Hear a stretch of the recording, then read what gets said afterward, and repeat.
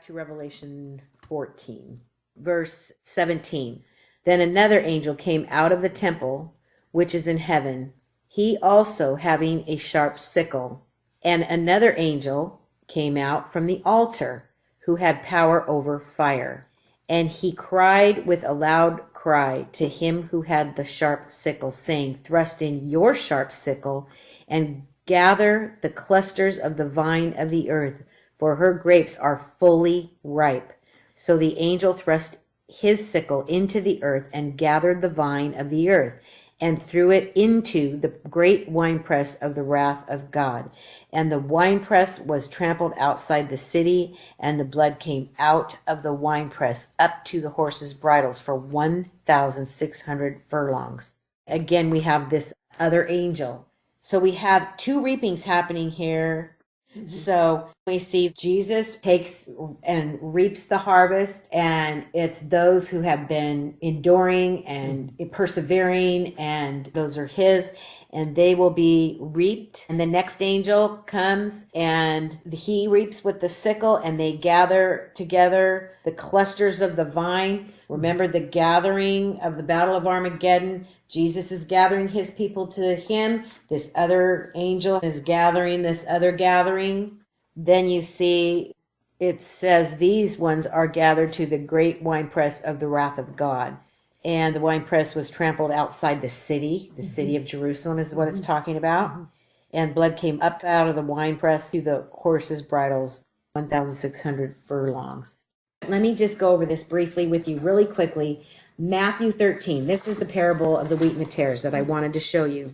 And then we'll wrap up 14 with that, Revelations 14 with the cross referencing here.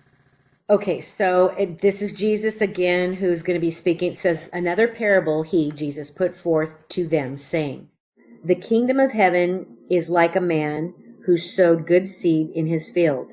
But while men slept, his enemy came and sowed tares among the wheat and went his way. This is interesting. The kingdom of heaven is like a man who sowed good seed in his field. Okay, there's a man who sowed good seed in his field. But while men slept, M-E-N, while men slept, his enemy came in and sowed tares among the wheat and went his way. So in other words, they weren't watching over the seed. They weren't keeping watch. They went to sleep. They fell down on the job. But when the grain had sprouted and produced a crop, then the tares also appeared. So the servants of the owner came and said to him, Sir, did you not sow good seed in your field? How then does it have tares? He said to them, An enemy has done this. The servants said to him, Do you want us then to go gather them up? But he said, No, lest while you gather up the tares, you also uproot the wheat with them. Let both grow together until the harvest. Remember, we were reading in Revelation about the two harvests. And at the time of the harvest, I will say to the reapers, First gather together the tares and bind them in bundles to burn them, but gather the wheat into my barn. Okay, and so then hop over to verses 36 through 43, because he then tells them what this parable means. So verse 36, Then Jesus sent the multitude away and went into the house. And his disciples came to him, saying, Explain to us the parable of the tares of the field.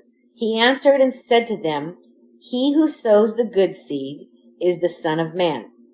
Okay, so we know that that's Jesus. He who sows the good seed is Jesus. The field is the world. So the field is the entire world. It's not just a few chosen people. It's the entire world. And Jesus is going to sow good seed, right? The field is the world.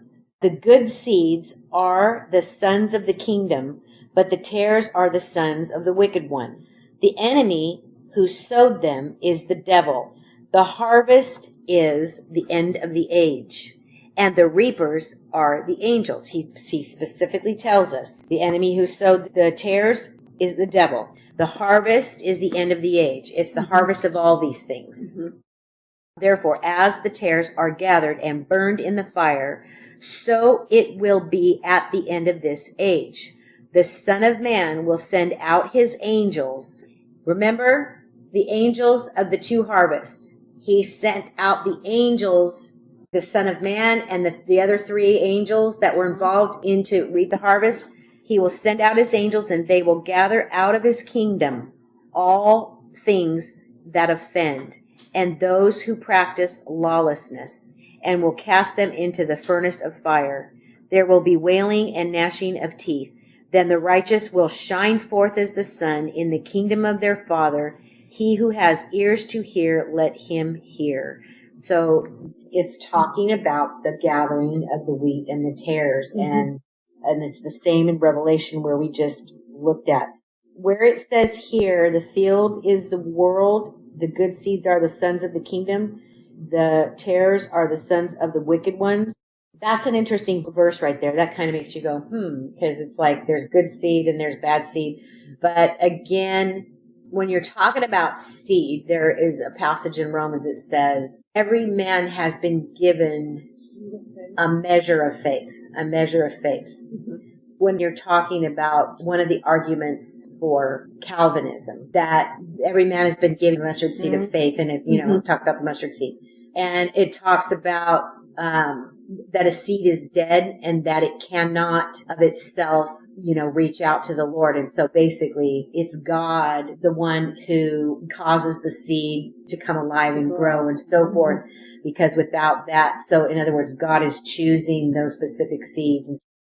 But they forget that within because every seed has the capacity within it to become a fruitful, whatever it's meant to be, a plant. Yeah. An apple tree, an apple seed bears apples, a fruit tree, so within the capacity of that seed, I believe every man has been given a measure of faith, as the mustard seed that's talked about, the faith of the mustard seed. And so within the capacity of every human being is the capacity to reach out in faith, to grab onto what? It's the watering of the water of the word that causes that seed to be, to soak into the seed, into the heart of man. It's also the soil of the heart. And the soil of the heart that it's planted in. Is it hard? Is it hard? That has to do with man's heart condition and where his heart, so in all of that. And so when you're talking about when it comes to fruition, what the seeds are bearing, it's like those who have grabbed onto the gospel with the water of the word. That's why he tells us to go preach the word of God, so that the hearer of the word, so that they are able to receive the gospel and receive the word of God. When it comes to the point of the harvest, what's left is the wheat, because when the seed grabs on to that, it's almost like, we have a new, we're born again. We have this new, dead seed. Yes. Brought back to life. It becomes a new crop. So anyway, just wanted to address that because it can be interpreted a few different ways, but you take into account all these other parables and other things that are taught throughout the word. I just wanted to address that. So I also feel, though, that this parable is addressing the importance of the wheat and the tares growing together. Yes. And I think that there is something within us that's like, if you could just get rid of all the evil in the world, Lord, I have a much better chance of walking in righteousness, But God is telling us here, no, you wouldn't, because you wouldn't have anything to compare it to. Well, the other thing is what he's saying is, let the wheat and the tares grow together, and the harvest is the end of the age. That's where the decision. The end of the age. Don't take out the wheat too soon. Yeah. Not 7 years before, not 20 years before, don't take out the wheat too soon because you'll damage it. Let them grow together, and at the harvest, you'll reap the harvest, and the tares will be reaped and the wheat will be reaped, and it'll be there's going to be a separation of the wheat and the tares. But also, God is making the determination, the separation. Of what is, that's right. Of what's wheat. One's going to be thrown in to be burned, and the other one is going to be, taken into the barn or into God's kingdom. So that's the parable there. And they grow together, and it's at the end of the age. And so that's just something, having to do with those two harvests that we read about in 14. So next week, we're going into chapter 15, and we are getting close to the end. And when we hit 16, we're going to see, this is the short version. The 7 bowls, the vials, are the short version. So remember, the seals were the longest version. The trumpets are kind of the middle version, but they sort of go into the short version where it kind of tells the story again, but it's all going to happen. Boom, boom, boom, boom.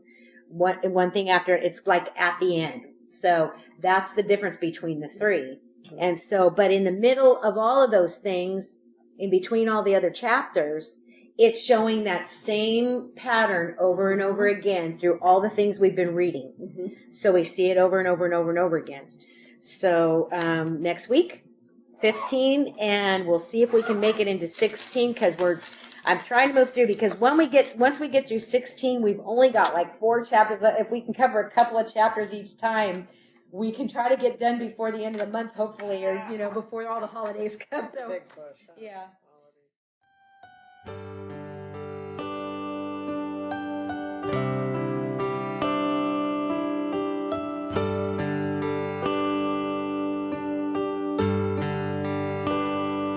There's a city awaiting me that is beyond my sweetest dreams, and it's